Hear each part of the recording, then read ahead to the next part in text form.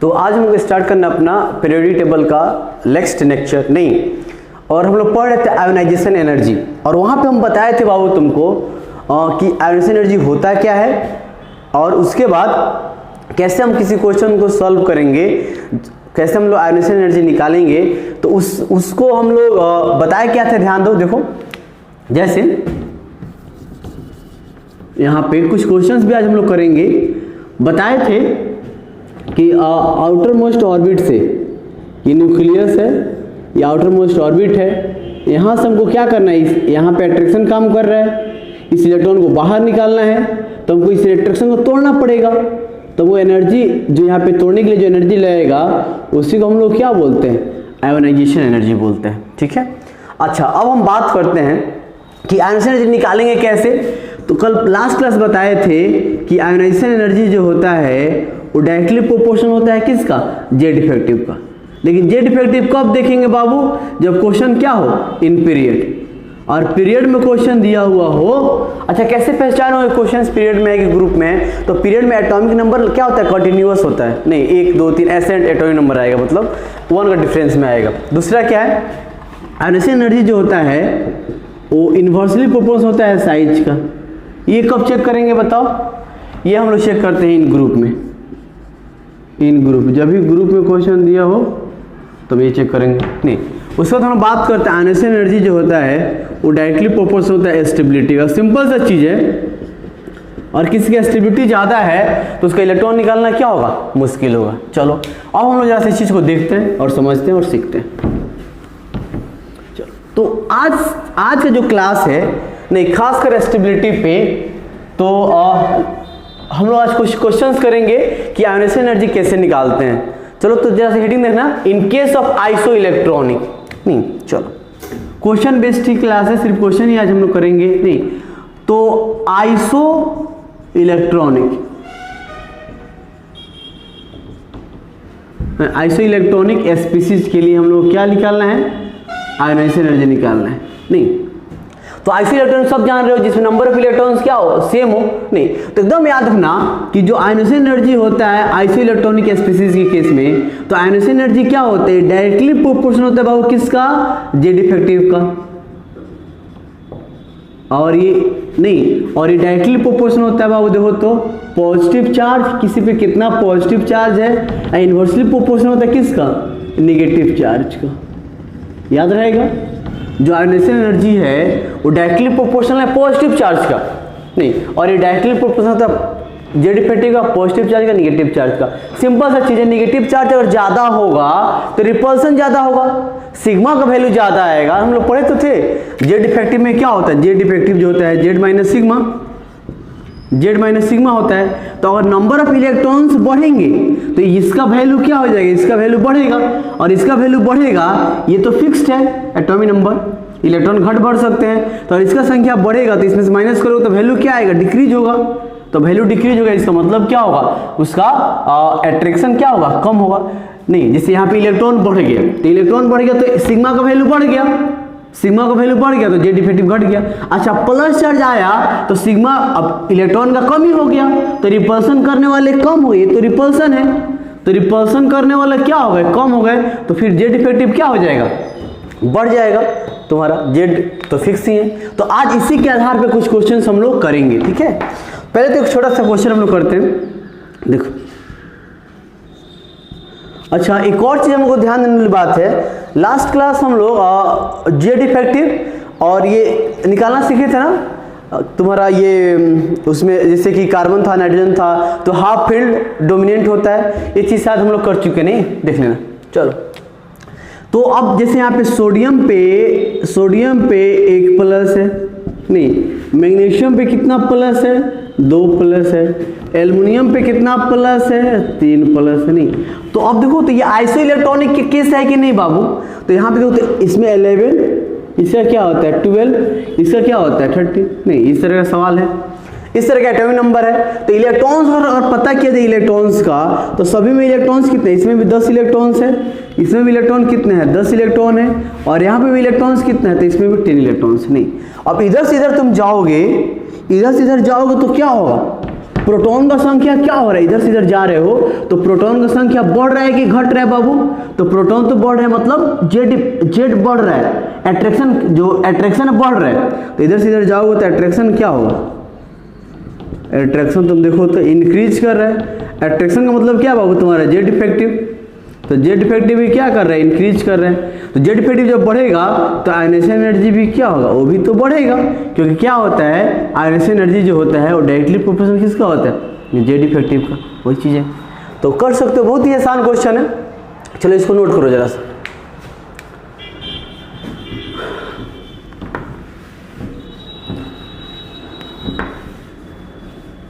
चलो ध्यान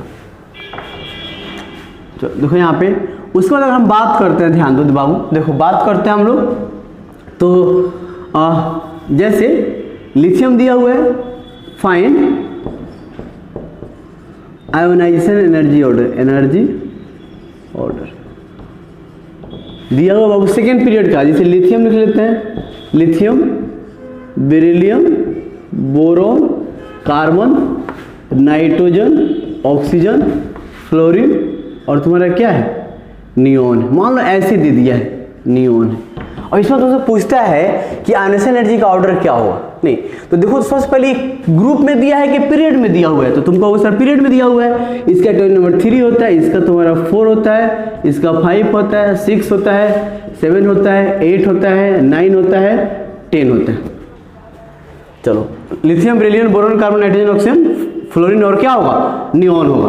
अब जरा सा देखो, एक समझना छोटी सी बात को, देखो बताए थे कि जैसे पीरियड में हम लोग क्या देखते हैं, अगर आयनेशन एनर्जी निकालना है तो डायरेक्टली प्रोपोर्शनल क्या होता है, जेड इफेक्टिव का, और इनवर्सली प्रोपोर्शनल क्या होता है बताओ जरा सा, इनवर्स छोड़ो, या ये डायरेक्टली प्रोपोर्शनल होता है स्टेबिलिटी का। स्टेबिलिटी वाला रूल कब लगाएंगे, जब एटॉमिक नंबर का डिफरेंस कितना हो, Z difference, atomic number difference 1 हो, एटॉमिक नंबर डिफरेंस इज 1, जब एटॉमिक नंबर का डिफरेंस 1 हो तब हम लोग क्या लगाते हैं बाबू तुम्हारा, तो हम लोग स्टेबिलिटी वाला रूल लगाएंगे। चलो तो यहाँ पे तो कहीं कहीं आएगा ना, देखो 3 और 4 में 1 का डिफरेंस है, 4 और 5 में 1 का डिफरेंस है, तो हम लोग लगाएंगे। और ध्यान दो बाबू, ये सब ज़्यादा बोर्ड एग्जाम के लिए तो बहुत ज़्यादा इससे क्वेश्चन नहीं पूछे, लेकिन जेई के लिए, मेडिकल के लिए बहुत क्वेश्चन पूछते हैं। तो चलो जरा से यहाँ पे चेक करते हैं हम लोग।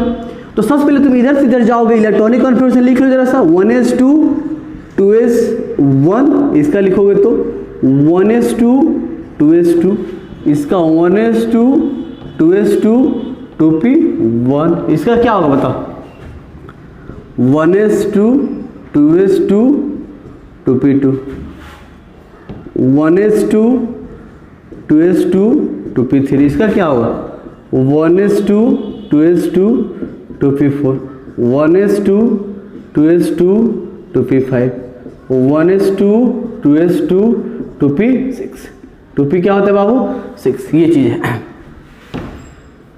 चलो ये 1s2 2s2 2p6, 1s2 2s2 2p5, ये सब है। नहीं तो अब हम लोग बाबू पीरियड में दिया हुआ है तो जेड इफेक्टिव चेक करेंगे, और हम लोग जानते हैं कि इधर से इधर जाते हो, इधर से इधर जाओगे तो जेड इफेक्टिव क्या होते जाएगा, बढ़ते जाएगा। लेकिन एक जगह और हम लोग गलत कर सकते हैं, और सिर्फ जेड इफेक्टिव से सोचेंगे, जब एटॉमिक नंबर का डिफरेंस 1 होगा तो हम लोग को सिर्फ जेड इफेक्टिव से काम नहीं चलेगा, हम लोग चेक करना पड़ेगा स्टेबिलिटी से भी।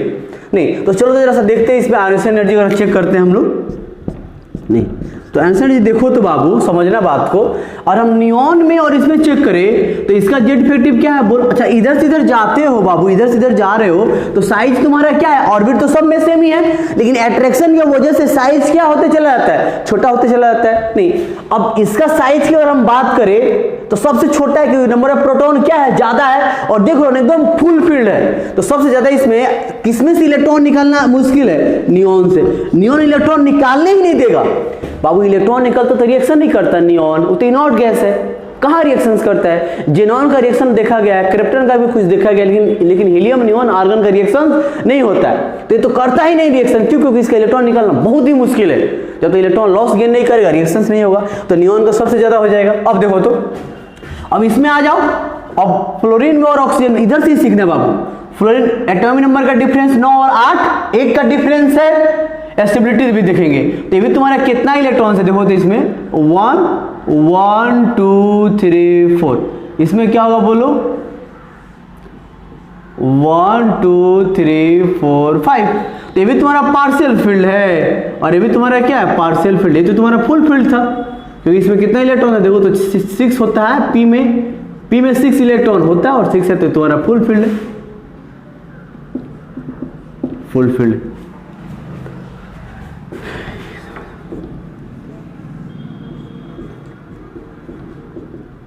चलो देखो यहां पे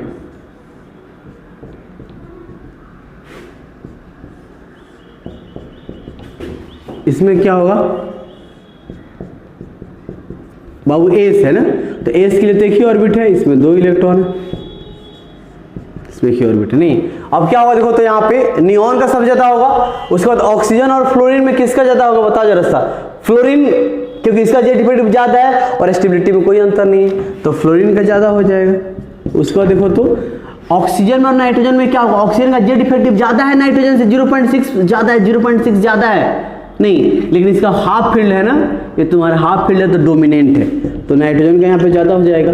अच्छा, अब ऑक्सीजन में कार्बन में दोनों तो पार्शियल फील्ड है, लेकिन ऑक्सीजन का जेट इफेक्टिव इससे क्या होता है, इससे 2 गुना ज्यादा होता है बाबू, 0.65। 0.65 क्या होता है, ज्यादा होता है, तो बाबू जेट इफेक्टिव इसका ज्यादा है। यहाँ पे स्टेबिलिटी नहीं दिखेंगे, क्योंकि 8 में से 6 को ले जाओगे, माइनस करोगे तो 2 आएगा। यहाँ पे जेट डिफरेंस कितना दिया हुआ है, यहाँ पे जेट डिफरेंस जो है वो डिफरेंस 2 है, तो यहाँ पे नॉट कंसिडर स्टेबिलिटी, हम लोग स्टेबिलिटी पे विचार नहीं करेंगे, याद रखना। देखो उसके बाद देखो इस पूरे पीरियड टेबल का सबसे इंपॉर्टेंट टॉपिक यही चल रहा है। इसके बाद थोड़ा सा इलेक्ट्रोनेगेटिविटी भी काफी इंपॉर्टेंट है, नहीं तो उसको हम लोग देखेंगे। नाइट्रोजन हो गया, उसके बाद बताओ जरा सा, कार्बन हो गया, ऑक्सीजन, उसके बाद ऑक्सीजन, उसके बाद क्या होगा, ऑक्सीजन के बाद देखो तो क्या होगा, कार्बन, कार्बन के बाद क्या होगा, बोरॉन, उसके बाद बताओ तो बेरिलियम और लिथियम है, तो बेरिलियम पे क्या है, 1s 2s 2 1s 2s 1। तो देखो तो अब क्या करोगे, दोनों में किसका स्टेबिलिटी ज्यादा है, एक का अंतर है, जेड इफेक्टिव इसका ज्यादा है, लेकिन ये फुल फील्ड है, ये तुम्हारा क्या है, फुल फील्ड है, ये तुम्हारा हाफ फील्ड है, तो बेरिलियम का ज्यादा हो जाएगा, किससे, बेरिलियम का ज्यादा हो जाएगा लिथियम से। अच्छा एक और चीज यहाँ पे, ठीक है चलो, बोरॉन का ज्यादा हो जाएगा, सॉरी बेरिलियम का ज्यादा हो जाएगा, किससे, बोरॉन से, उसके बाद लिथियम हो जाएगा, सबसे कम लिथियम का हो जाएगा। चलो लिख लो जरा से, नोट करो तो अच्छे से।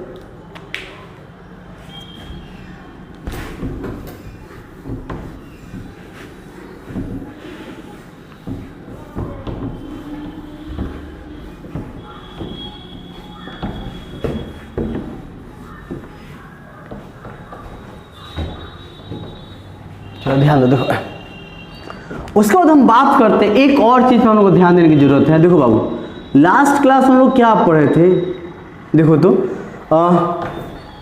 बताए थे कि यहाँ पे मान लो कि एल्युमिनियम है, ये गैसेस स्टेट में है, इसमें से एक इलेक्ट्रॉन निकालेंगे तो एल्युमिनियम पे क्या आएगा, प्लस गैसेस, नहीं तो न्यूट्रल में से एक इलेक्ट्रॉन निकालते हो तो इसको हम लोग क्या बोलते हैं, ये तुम्हारा आयनियन एनर्जी 1 है, न्यूट्रल में से निकालोगे तो उसका आयनियन एनर्जी 1 बोलेंगे। अच्छा, और मान लो न्यूट्रल में से यहाँ पे जैसे एक और इलेक्ट्रॉन निकाला तो एल्युमिनियम पे क्या आया, प्लस प्लस आया, नहीं तो यहाँ पे दूसरा इलेक्ट्रॉन और तुम निकालते हो, 2 इलेक्ट्रॉन निकालते हो, तो इसके लिए कौन सा होगा बाबू, ये आयनियन एनर्जी क्या होगा, सेकेंड हो जाएगा। अच्छा इसके लिए क्या हो जाएगा, आयनियन एनर्जी 1, और इससे देखेंगे तो इससे तो एक ही निकाले हैं, लेकिन इससे कितना निकाले हैं, 2 निकाले हैं, नहीं थोड़ा सा टेढ़ा बात है, कोई दिक्कत नहीं। मतलब कहने का मतलब क्या है बाबू, कि अगर यहाँ पे ध्यान दो, देखो तुम जैसे तुमसे कहता है कि एल्युमिनियम का सेकेंड आयोनाइजेशन एनर्जी पता करें, to find second ionization energy of aluminium. Second आयनियन एनर्जी जैसे बोला, जैसे सेकेंड बोला तो सेकेंड तुम्हारा तो यही ना निकाले हो, तो उस पर कितना चार्ज दिए हो, +1 चार्ज दिए हो। मतलब हमको ये कहना का मतलब क्या है कि और किसी का आयनियन एनर्जी तुम थोड़ा निकाल रहे हो तो उस पर एक कम अपने मन से चार्ज दे देना। जैसे मान लो तुमसे कहता है कि एल्युमिनियम का थर्ड आयनियन एनर्जी निकाले तो एल्युमिनियम पे +2 चार्ज दे देना। जॉन कहेगा ना, जितना कहेगा उससे एक कम प्लस चार्ज देकर निकालना। जैसे यहाँ पे बोलता है कि बोरॉन का आयनियन एनर्जी सेकेंड निकालें, सेकेंड आयन से एनर्जी निकाले तो बोरॉन पे कितना प्लस दे देंगे, तब सोचेंगे। नहीं, किसी का कहता है कि जैसे ध्यान दो बाबू, कार्बन का कहता है कि फोर्थ आयन से एनर्जी निकालें, तो कार्बन पे फोर्थ कह रहा है ना, तो एगो कम प्लस चार्ज देके निकालना, एगो कम प्लस चार्ज दे देना, उसके बाद उसका जो ऑर्डर होगा उसको निकालना। ठीक है बाबू, जैसे यहाँ पे सेकंड कह रहे हैं निकालने के लिए, तो यही से ना निकालोगे, तो वो प्लस नहीं आ गया। अच्छा, वही कहता है कि आयन से एनर्जी थर्ड निकालने के लिए, थर्ड तो सेकंड वाला से निकालते हो तो एगो कम चार्ज नहीं आ रहा है। तो कहने का मतलब यही चीज हम बताना चाह रहे हैं कि जितना आयन से एनर्जी कहेगा निकालने के लिए, उससे एक कम को हम लोग क्या करते हैं, उससे एक कम इलेक्ट्रॉन उस पर चार्ज कर देते हैं। नहीं, जैसे इसी क्वेश्चन को हम लोग करते हैं, फाइंड आउट, तुम लोग कोशिश करो, find out second ionization energy of second period element, second period element.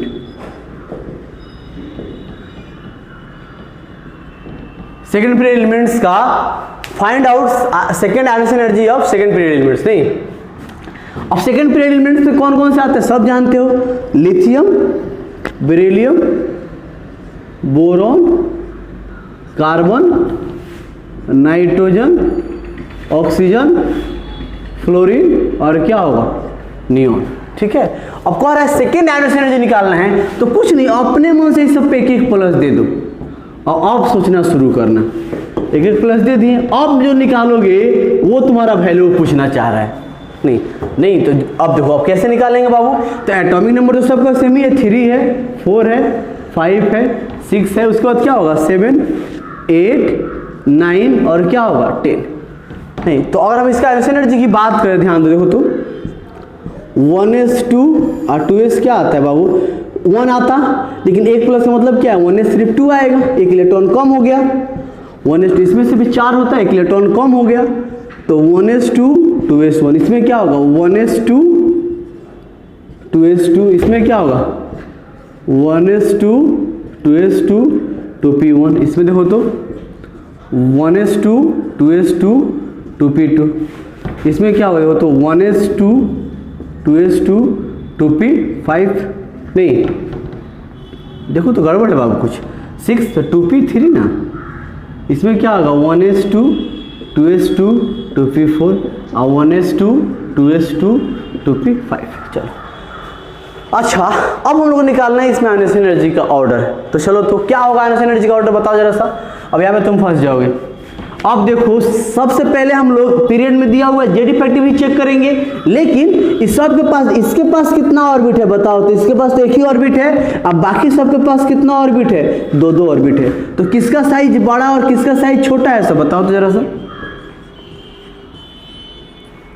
यहाँ पे पहला दूसरा, यहाँ पे देखो तो पहला दूसरा, यहाँ पे पहला दूसरा, यहाँ पे न्यूक्लियस पहला और क्या हो दूसरा, ये चीज होता है। नहीं, अब हो गया बाबू। अब ध्यान देखो जरा से यहाँ पे, अब यहाँ पे हम लोग बात करते हैं तो साइज किसका छोटा है, तो देख रहे हो ना, इसका तो साइज बिल्कुल ही छोटा है, सिर्फ इसके पास एक ऑर्बिट है। नहीं, तो अब ये तो न्यूक्लियस के ज़्यादा करीब है ना, ज़्यादा अट्रैक्शन है, तो इसको निकालना डिफिकल्टी है, मुश्किल है। इसका साइज तो इससे थोड़ा बढ़ गया ना, नहीं बढ़ गया जी, इसका साइज भी क्या है तुम्हारा, बाकी सबका क्या है सेम है, लेकिन साइज सेम नहीं है, हल्का हल्का छोटा देखो होते चला गया है, लेकिन इसका तो बहुत ही छोटा है बाकी सबसे, क्योंकि इसके पास एक ही ऑर्बिट है। अब बाकी सबके पास ऑर्बिट ज़्यादा है, तो आयन एनर्जी निकालोगे तो सबसे ज़्यादा जिसका साइज छोटा है, तो सबसे ज़्यादा किसका, अच्छा इसका साइज भी छोटा और फुल फील्ड भी है, तो Li का प्लस का तो बहुत ज़्यादा हो जाएगा। हीलियम टाइप एलिमेंट्स हो गए, ये किसके जैसा हो गया, हीलियम की तरह हो गया। अब देखो, अब इधर जाओ, सबका साइज सेम है, जेड इफेक्टिव चेक करो, तो नियॉन का जेड इफेक्टिव ज़्यादा है, तो किसका हो जाएगा यहाँ पे, नियॉन पे प्लस का ज़्यादा हो जाएगा। अब देखो तो फ्लोरीन में और ऑक्सीजन में, फ्लोरीन का देखो तो यहाँ पे क्या है, इसकी तुम्हारा पार्शियल फील्ड है 1 2 3 4, और यहाँ पे तुम्हारे देखो तो ये क्या है 1 2 1 2 3, ये हाफ फील्ड है, तो ऑक्सीजन प्लस का हो जाएगा। ऑक्सीजन प्लस के बाद किसका हो जाएगा बताओ जरा सा, फ्लोरीन प्लस का। उसके बाद देखो तो फ्लोरीन के बाद किसका हो जाएगा, नाइट्रोजन भी तुम्हारा हाफ फील्ड है, सॉरी पार्शियल फील्ड है, तो N प्लस का, उसके बाद कार्बन प्लस का, उसके बाद देखो तो, अच्छा एक सेकेंड वेट, ये 5 और 6 में ये पार्शियल फील्ड है और ये हाफ फील्ड है, तो किसका हो जाएगा बाबू यहाँ पे, बोरॉन प्लस का हो जाएगा, इसमें तो हम लोग देखेंगे नहीं। कार्बन 6 का प्लस दे देगा, सोचो कार्बन 6 का, उसके बाद क्या हो जाएगा, कार्बन के बाद बेरिलियम बचा तो बेरिलियम का हो जाएगा, तो ये आयनस एनर्जी का ऑर्डर हो जाएगा। समझ में आया? देखो तो अच्छे से नोट करो, ये सब बहुत आसान नहीं होता है चेक करना, तुम लोग बहुत सिंपल तरीके से बताया गया है नहीं। चलो अच्छा, अब 2-3 क्वेश्चंस और हम लोग करेंगे। चलो ध्यान देना बाबू।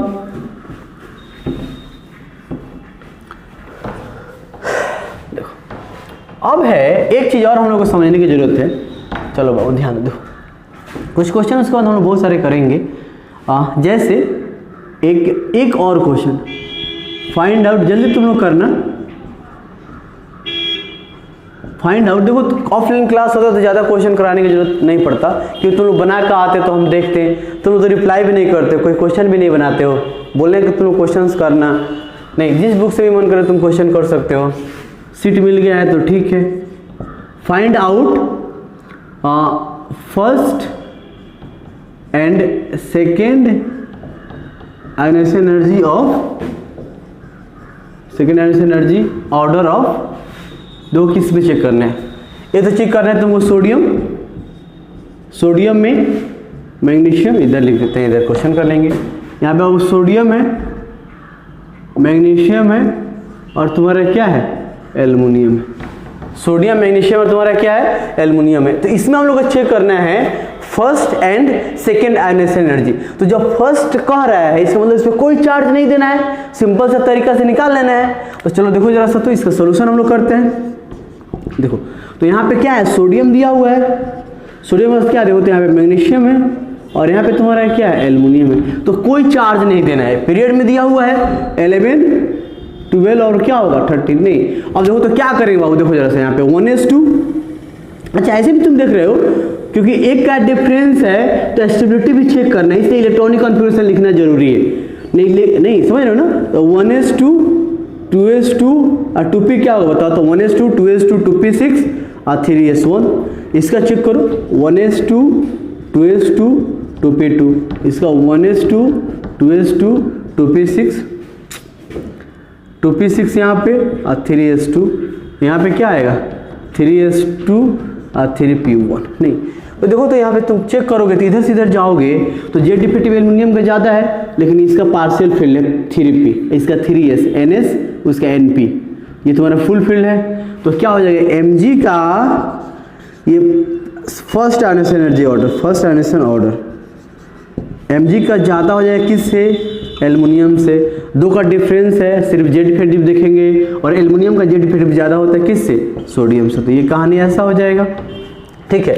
दूसरी बात देखो जरा से यहाँ पे, अगर हम लोग यहाँ पे एक और चार्ज दे देते हैं, सेकेंड आयनोनाइजेशन एनर्जी की बात करें तो प्लस चार्ज, Mg पे भी क्या देंगे प्लस चार्ज और एल्युमिनियम पे क्या देंगे प्लस चार्ज। अच्छा अब तो कहानी तो वही है, बस थोड़ा सा इलेक्ट्रॉन्स बदल गए, प्रोटॉन तो सेम ही है। अब क्या होगा देखो तो, अब लिखोगे तो ये हो गया बाबू 1s2, 2s2, 2p6। अब देखो कितना हाईली स्टेबल हो गया बाबू, ये इनर्ट गैस कॉन्फ़िगरेशन हो गया, नियॉन बन गया। अच्छा Mg+2 में क्या है 1s2, 2s2, 2p6 और 3s क्या हो जाएगा 3s1। इसका बात करते हैं तो क्या आता है 1s2, 2s2, 2p6 और 3s2। तो एल्युमिनियम का जेड इफेक्टिव भी ज़्यादा है और एक फुल फील्ड है, तो एल्युमिनियम का हो जाएगा। और यहाँ पे आयनोनाइजेशन एनर्जी अगर हम सेकेंड पूछे तो क्या होगा बताओ तो एल्युमिनियम पे प्लस ज़्यादा हो जाएगा। अच्छा Mg में सोडियम में किसका हो जाएगा, ध्यान दो बाबू जरा सा। अच्छा एक और चीज़ आप देखोगे तो यहाँ पे इसके पास दो ही ऑर्बिट है, इसके पास बात करते हैं न्यूक्लियस पहला, दूसरा ऑर्बिट है, इसके पास कितना ऑर्बिट है देखो तो 2, 3 ऑर्बिट है नहीं। तो साइज में तो सबसे छोटा किसका है पहले, तो साइज ही छोटा है। जेड इफेक्टिव तब देखते हैं जब तुम्हारा साइज में ज़्यादा वेरिएशन नहीं होता है। तो क्या होगा देखो तो यहाँ पे सोडियम प्लस का ज़्यादा हो जाएगा, उसके बाद किसका हो जाएगा, ये Mg2+ का ज़्यादा हो जाएगा। उसके बाद अच्छा एक सेकेंड, Mg2+ का कैसे होगा, इसका जेड इफेक्टिव भी ज़्यादा और ये तुम्हारा फुल फील्ड है, तो एल्युमिनियम प्लस का और उसके बाद क्या हो जाएगा Mg+ का। तो बस ये कहानी है, बड़ा छोटा सा चीज़ है, जल्दी नोट करो, जल्दी नोट करो सब इसको। तो उसके बाद एक दो क्वेश्चन और हम लोग करते हैं, फिर हम लोग आगे अपना देखते हैं। लिखो जल्दी। हो गया। चलो अब कुछ क्वेश्चंस और हम लोग करते हैं, नहीं कम से कम 5-6 क्वेश्चन और करो, उसका तुम लोग से सारा क्वेश्चंस बन जाएंगे, लगभग सभी क्वेश्चंस बन जाएंगे। अच्छा एक क्वेश्चन जरा सा सोचो तो, बड़ा अच्छा एक क्वेश्चन है। क्वेश्चन दिया हुआ है बाबू तुम्हारा,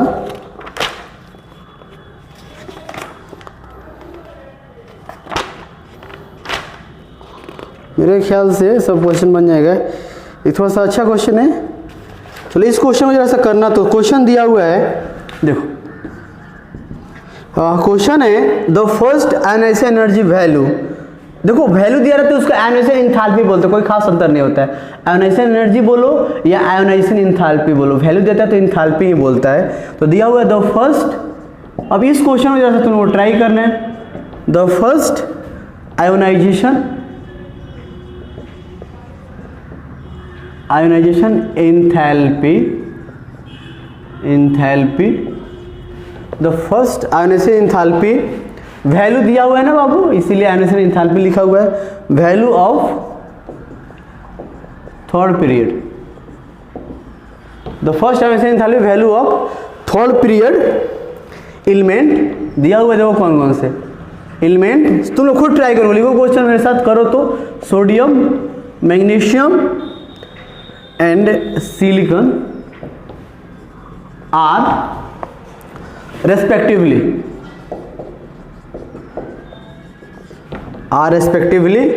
496, 737 and दिया हुआ है बाबू 786 किलो जूल पर मोल।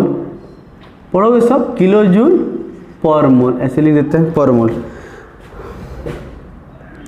तो कह रहा है द फर्स्ट आयोनाइजेशन एनर्जी या इंथैल्पी वैल्यू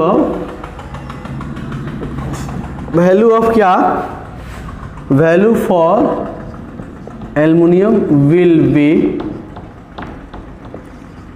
बी क्या होगा सोचना है तुम लोग को। विल बी क्लोज टू, किसके आसपास होगा, क्लोज टू। दिया हुआ है बाबू यहाँ पे ए का ऑप्शन जो है दिया है 760 किलो जूल पर मोल। ये सब एग्जैक्ट वैल्यू नहीं है, या एग्जैक्ट वैल्यू हो भी सकता है, कोई ज़्यादा दिक्कत नहीं है, बस थोड़ा सोचना है तुम लोग को। किलो जूल पर मोल, सी में देखो जरा सा क्या दिया हुआ है, 950 किलो जूल पर मोल। उसके बाद डी में दिया हुआ है किलो जूल पर मोल। नहीं, बड़ा आसान चीज़ है बाबू, चलो ट्राई करो जरा सा। तो नहीं ये बन जाएगा, कोई बड़ा चीज़ नहीं है, इसको तुम चाहोगे बनाना तो एकदम बनेगा, बहुत ही आसान क्वेश्चन है। देखो कह क्या रहा है, जैसे यहाँ पे सोडियम है, मैग्नीशियम है और यहाँ पे सिलिकॉन दे दिया। नहीं, बीच में क्या आता है हम छोड़ देते हैं, सोडियम, मैग्नीशियम, एल्युमिनियम, इधर आता है सिलिकॉन। नहीं, चलो सॉल्यूशन करते हैं। तो सोडियम का कितना दिया है वैल्यू बाबू, देखो तो 496,737 और यहाँ पे दिया है 786। नहीं, तो कह रहा है कि आप बताइए कि यहाँ पे जो एल्युमिनियम है उसका वैल्यू इसके क्लोज होगा, इसके क्लोज होगा, कितना वैल्यू होगा, कितने आसपास होंगे, कोई बताएगा। चलो देखो लाइव क्लास में थोड़ा सा मजा आता है कि बच्चे कुछ पूछते हैं नहीं तो पता भी चलता है कि बना रहे हैं, तो हम जल्दी ट्राई करेंगे लाइव क्लास आने का, जैसे भी हो, जिस एप्लीकेशन से भी हम लोग पढ़े, लेकिन हम लोग बहुत जल्द कोशिश करेंगे। नहीं हो सकता है या 10 सितंबर से हम लोग लाइव क्लास आए। चलो तो इसको जरा सा करो तो ध्यान दो, सोडियम, मैग्नीशियम, एल्युमिनियम, सिलिकॉन है, कैसे करोगे देखो। तो पहले तो एकदम ये चेक करो कि एल्युमिनियम का जो है आयोनाइजेशन एनर्जी, एल्युमिनियम का आयोनाइजेशन एनर्जी ऑर्डर क्या है, इसमें तीनों का एनर्जी का ऑर्डर क्या है पहले चेक कर लो। देखो तो यहाँ पे क्या होता है, इसका आता है 3s1, लिखते लिखते जाओगे 3s2, इसका आता है 3s2 3p1, इसका आता है 3s2 और 3p2। तो अब देखो तो तुमसे पूछेंगे कि आयोनाइजेशन एनर्जी का वैल्यू ऑर्डर क्या होगा, आयोनाइजेशन एनर्जी का वैल्यू छोड़ो, ऑर्डर क्या होगा, किसका ज्यादा होगा। तो तुम लोग कहोगे सर एक काम, यहाँ पे सिलिकॉन है, इसका जेड इफेक्टिव ज्यादा है, सही बात है, सिलिकॉन का ज्यादा है और वैल्यू भी तो दिया है ना, उसके 1 इलेक्ट्रॉन निकालने के लिए 786 किलो जूल पर मोल लगा। 1 मोल इलेक्ट्रॉन्स को निकालने के लिए, नहीं तो उसको कितना एनर्जी आएगा 786 किलो जूल। सिलिकॉन में ज़्यादा हो जाएगा। मैग्नीशियम में एल्युमिनियम में किसका ज़्यादा होगा ये बता दो बाबू। तो ये तुम्हारा जेड इफेक्टिव तो इसका ज़्यादा है, लेकिन एक का डिफरेंस है एटॉमिक नंबर में, तो इसकी स्टेबिलिटी ज़्यादा, तो Mg का हो जाएगा यहाँ पे। उसके बाद हो जाएगा किसका, एल्युमिनियम का। उसके बाद क्या हो जाएगा, सोडियम का। इसका मतलब सिंपल सा ये है कि सिलिकॉन का वैल्यू जो होगा वो तो Mg से भी ज़्यादा है। अच्छा, यहाँ पे एल्युमिनियम का जो वैल्यू आएगा वो क्या आएगा, सोडियम के और मैग्नीशियम के कौन सा बाबू, मिडिल में आएगा। सोच सकते हो, बड़ा आसान है बाबू। अब देखो तो Mg का कितना दिया हुआ है 7, Mg का वैल्यू, और इस दोनों के बीच में आएगा तो Mg का वैल्यू कितना है 737, और सोडियम का वैल्यू कितना बाबू 496। अब इस दोनों को बीच में क्लोज होगा, या तो इसके क्लोज या तो इसके क्लोज, लेकिन दोनों के बीच में होगा। 496 से कम नहीं जा सकता है और 737 से ज्यादा नहीं जा सकता है। इस दोनों के बीच में वैल्यू होगा। मैच कराओ तो क्या 760 होगा, नहीं होगा, क्योंकि इससे तो ज्यादा है नहीं एल्युमिनियम का, ये है दोनों के बीच में है, तो एक मेरा एक बनता है। ज्यादा भी नहीं हो सकता है, Mg से ज्यादा नहीं हो सकता है, Mg से भी ज्यादा है तो नहीं हो सकता है। तो कौन सा वैल्यू हो जाएगा तुम्हारा, तो 575 हो जाएगा। जो बना लिया होगा ना खुद से, एकदम मतलब बहुत अच्छी बात है। जो बच्चे अगर खुद से क्वेश्चन को कर लिए होंगे काफी अच्छी बात है, और जो नहीं करे होंगे उनको कोशिश करो बाबू बनाने के लिए, कोई बड़ी चीज है नहीं, थोड़ी थोड़ी सी कोशिश करनी है, बन जाएगा। चलो एक और क्वेश्चन देखते हैं हम लोग। छोटे छोटे से बहुत सारे क्वेश्चन है, लेकिन ज़्यादा हम लोग करने की जरूरत है नहीं, तो उनसे मेरे ख्याल से सारा क्वेश्चन बन जाएगा। एक दो और क्वेश्चन करते हैं, उसके बाद लास्ट में बाबू जब चैप्टर खत्म हो जाएगा तो फिर हम लोग क्वेश्चन करेंगे, तो वहाँ पे और ज़्यादा क्वेश्चन हम लोग कर लेंगे। मिटा दें, चलो एक क्वेश्चन जरा सा ट्राई करो। जेईई मेंस में पूछा हुआ है, 2013 में पूछा हुआ है एक क्वेश्चन, उसको हम लोग करते हैं। चलो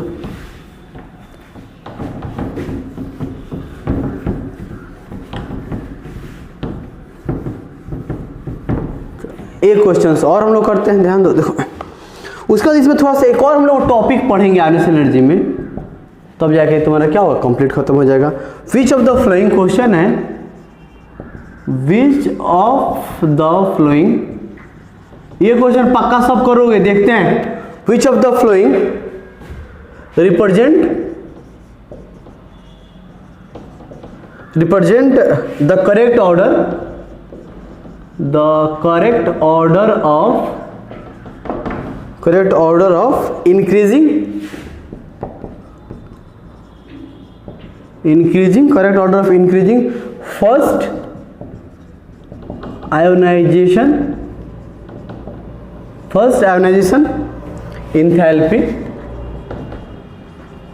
enthalpy for calcium, barium, sulfur, selenium and argon। JEE Mains का क्वेश्चन है, 2013 में पूछा हुआ है। देखो कितना आसान है, ये जेईई मेंस का क्वेश्चन है। ऑप्शन दिया हुआ है, जो पहला ऑप्शन है तुम्हारा, देखो कैल्शियम, उसके बाद क्या हो जाएगा सल्फर, कैल्शियम सल्फर, उसके बाद क्या हो जाएगा बेरियम हो जाएगा, सेलेनियम हो जाएगा और आर्गन हो जाएगा। क्या ऑर्डर होगा सोचना है, सल्फर, सेलेनियम, कैल्शियम, बेरियम और क्या हो जाएगा आर्गन। सी में देखो बेरियम, कैल्शियम, सेलेनियम, सल्फर और क्या होगा आर्गन। डी में देखो कैल्शियम, बेरियम, सल्फर, सेलेनियम और क्या होगा आर्गन। चलो ये चीजें थे, ये क्वेश्चन है। क्या आंसर होगा जल्दी बताओ। इसमें चेक करना है कि दिया हुआ है बाबू ऑर्डर क्या होगा, calcium, barium, sulphur, selenium and argon. JEE Mains का क्वेश्चन है, आयनियस एनर्जी का ऑर्डर क्या होगा ये सोचना है। वीडियो रोको और सोचो, चेक करें बन गया होगा। चलो देखते हैं जरा से। सोचो, देखो यहाँ पे सबसे, अब देखो दिमाग, अब यहीं पे हम लोग को जरूरत पड़ेगा पीरियोडिक टेबल का। दिमाग में पीरियोडिक टेबल तुम्हारे होने चाहिए, नहीं कि कहाँ एस है, कहाँ पी है, किसका एटॉमिक नंबर क्या है, ये सब तुम्हारे दिमाग में होना चाहिए, तभी हम लोग सोच पाएंगे। चलो जैसे देखते हैं यहाँ पे कैल्शियम, बेरियम, सल्फर, सिलेनियम क्या है, आर्गन है। अच्छा, अब हम लोग इसको अगर हम करते हैं इस क्वेश्चन को, देखो कैसे करेंगे। तो तुम देखो बाबू यहाँ पे सबसे सिंपल सा है, एक तो कैल्शियम फैमिली का है, कैल्शियम का है। अच्छा, उसके बाद ये बेरियम है, तो भी तो बाबू कैल्शियम फैमिली में आता है ना, नहीं पढ़े हैं, बेरिलियम, उसका आता है मैग्नीशियम, कैल्शियम, एस्ट्रोनशियम और क्या है, बेरियम। नहीं तो यहाँ से एक एलिमेंट्स मिसिंग है और ऊपर से भी 2 मिसिंग है और ये दे दिया है। अरे यार 1000 तरीका है बनाने का, नहीं ये चीज हो गया। अच्छा, उसके बाद क्या करे, कैल्शियम यहाँ पे है, बेरियम यहाँ पे दिया हुआ है। उसके बाद सल्फर है, तो सल्फर तो इधर पी ब्लॉक में जाओगे तो सल्फर आता है क्या, सल्फर से सल्फर आता है थर्ड पीरियड में, sodium, magnesium, aluminium, silicon, sulphur. नहीं तो यहाँ पे बेरिलियम, नहीं यहाँ पे बेरिलियम था, सोडियम, मैग्नीशियम मतलब एल्युमिनियम, एल्युमिनियम के बाद क्या आएगा, सिलिकॉन, फास्फोरस, और यहाँ पे क्या होगा, सल्फर होगा, और सल्फर के नीचे क्या होगा, सेलेनियम हो जाएगा। पी ब्लॉक में जाओगे तो सल्फर नीचे सेलेनियम हो जाएगा। आर्गन की बात करो तो आर्गन में तो क्या आएगा, सल्फर क्लोरीन और यहाँ पे आर्गन, तो यहाँ पे तुम्हारा क्या होंगे, आर्गन हो जाएंगे ऐसे। ये वाला नहीं, ये तुम्हारा कैल्शियम वाला फैमिली में चला गया, और सबसे नीचे क्या हो गया, बोरॉन हो गया।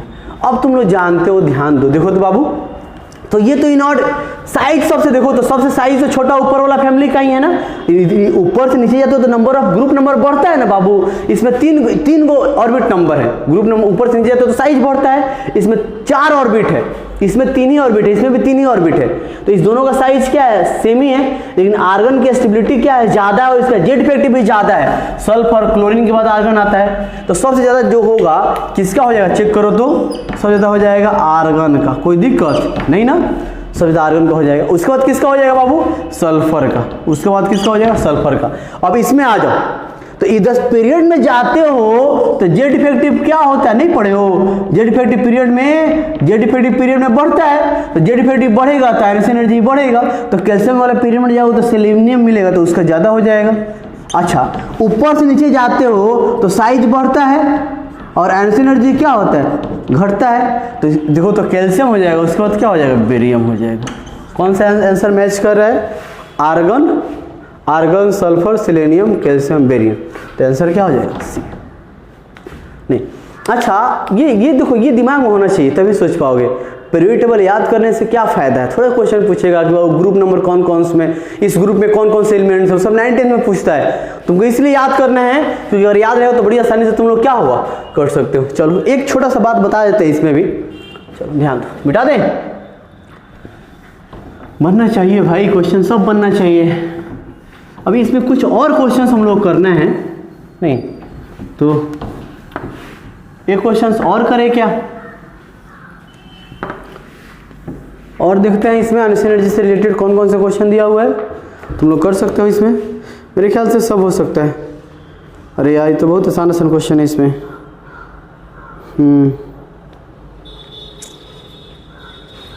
If intermolecular distance between two adjacent copper atoms solve for then the metallic radius of copper. अच्छा ये क्वेश्चन करो तो जरा सा,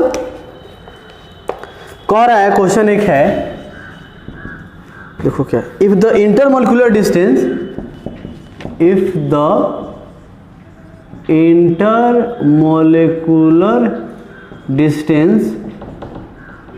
intermolecular distance between two adjacent copper atom in solid form,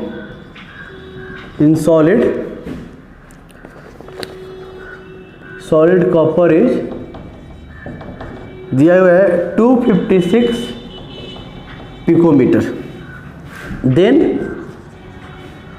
the metallic radius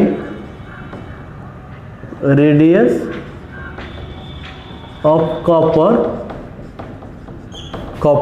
is, देखो कितना हो जाएगा बाबू, तो पहला तो आंसर हो जाएगा तुम्हारा ए में दिया हुआ है 128 पिकोमीटर, दूसरे में दिया हुआ है 12.8 एंगस्ट्रम में दिया हुआ है, उधर क्या दिया हुआ है पिकोमीटर में, तो इधर एंगस्ट्रम में क्यों दिया है, तुम लोग गलती करोगे इसीलिए नहीं। 74 एंगस्ट्रम। चलो चलो, तो तुमको कह क्या रहा है कि कोई कॉपर एटम्स है, नहीं, सॉलिड कॉपर इज इतना picometre, the distance between two adjacent, मतलब क्या है कि यहाँ पे एक है और एक यहाँ पे एटम्स है, नहीं, तो ये तुम्हारा न्यूक्लियस, इसका बीच की दूरी क्या ये है, तो ये कह रहा है कि कितना पिकोमीटर है, 256 पिकोमीटर। तो कह रहा है कि बताओ तो इसका रेडियस क्या होगा, आर मेटालिक क्या होगा, मेटालिक रेडियस क्या होगा, तो हम लोग नहीं पढ़े थे कि आर मेटालिक होता है d/2, यानी कि 256/2 कितना होगा, देखो तो यहाँ पे देखो तो 128 128 पिकोमीटर।